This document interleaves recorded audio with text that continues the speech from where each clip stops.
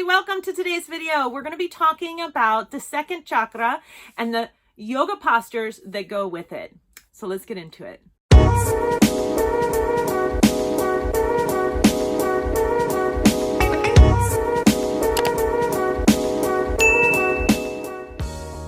Okay, let's get started. So the Satayasvapna chakra is your second chakra. It deals with emotion, sexuality, movement. It deals with fluidity. It deals with our ability to move around in the world. It deals with our relationship with sexuality. It deals with our emotion.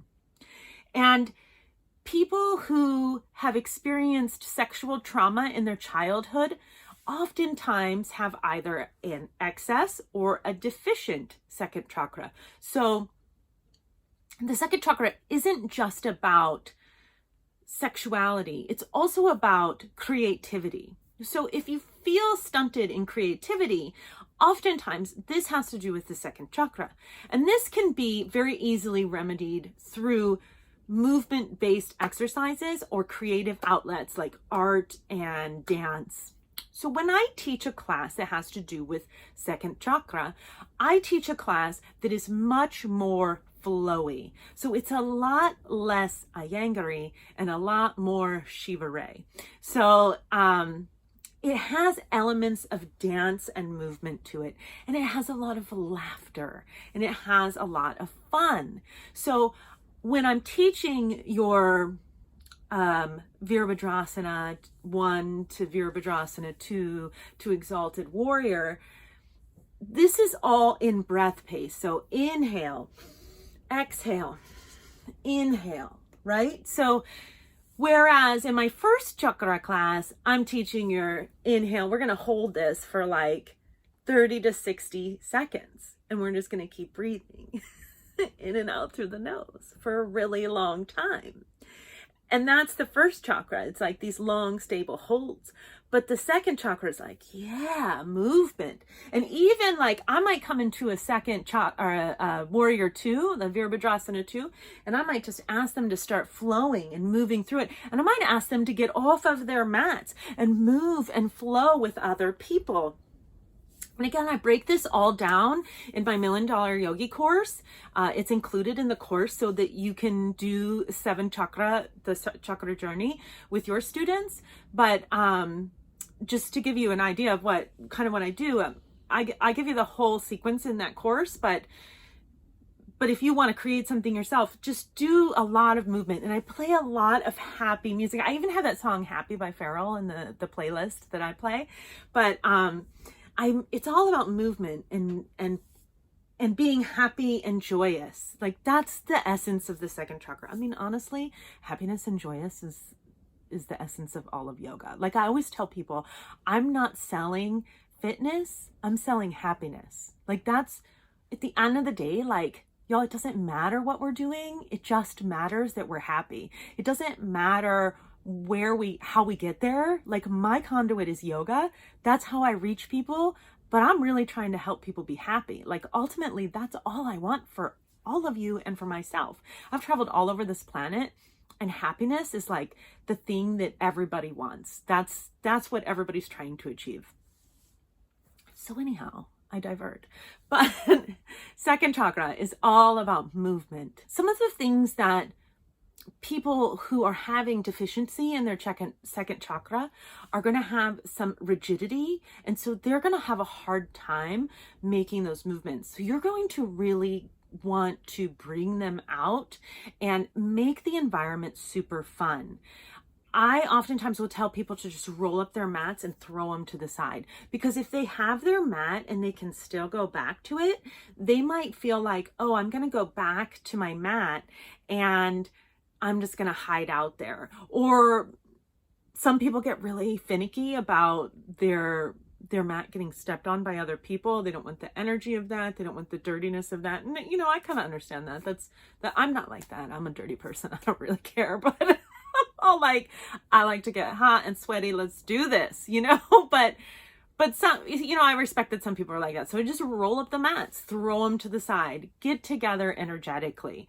If we do this on a Zoom, unfortunately, or online, unfortunately, it's harder for us to get together in that way.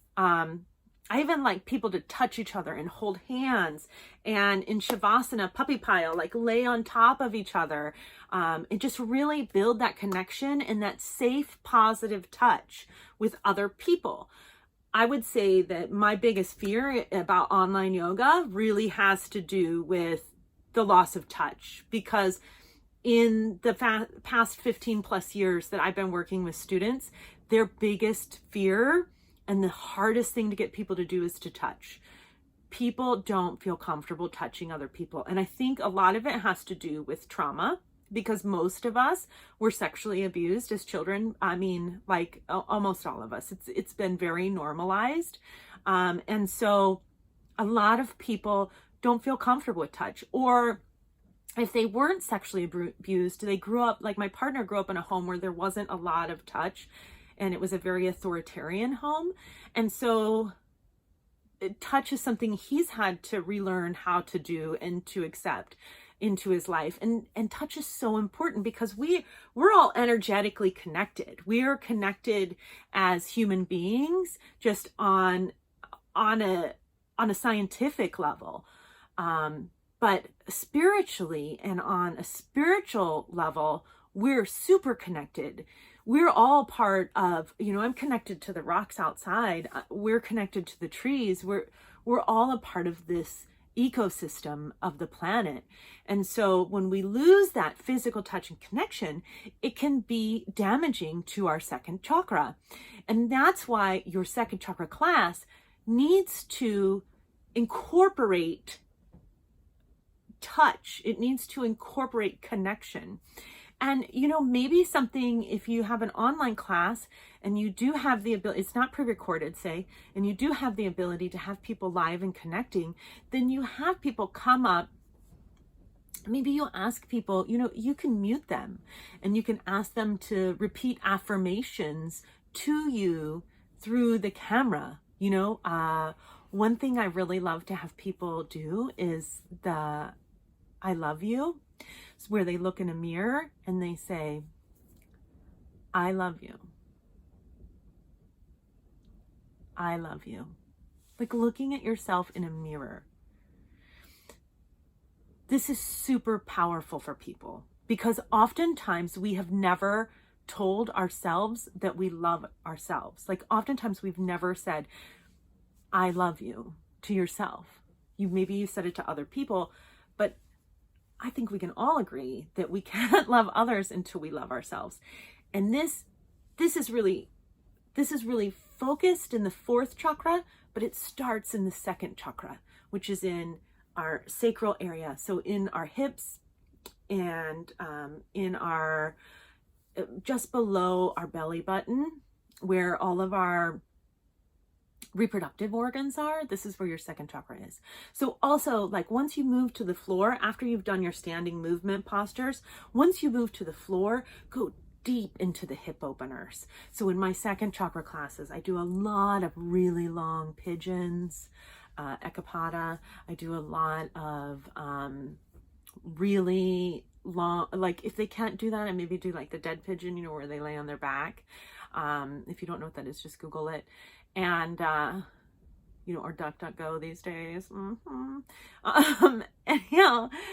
But just those deep hip openers, even in your standing sequence, or as you're moving from your standing to your floor, you can do like your lizard pose.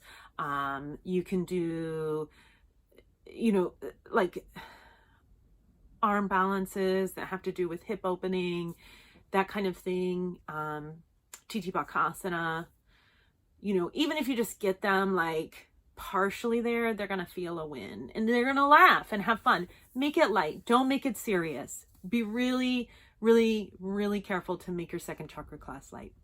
Oh, and by the way, the color of the second chakra is orange, just in case I did not say that earlier. So wear orange. I'm sure I didn't say that. Anyhow, Thank you so much for watching. Please do subscribe to my channel for more great information. Tomorrow we'll be talking about the third chakra, Manipura, and also take my masterclass. The link is in the description below, masterclass.milliondollaryoga.com. I really want to help you blow up your 2021, and I want to make this the best year of your life with you, and I want to experience that with you. So please do join me, and I will see you mañana. Have a great day.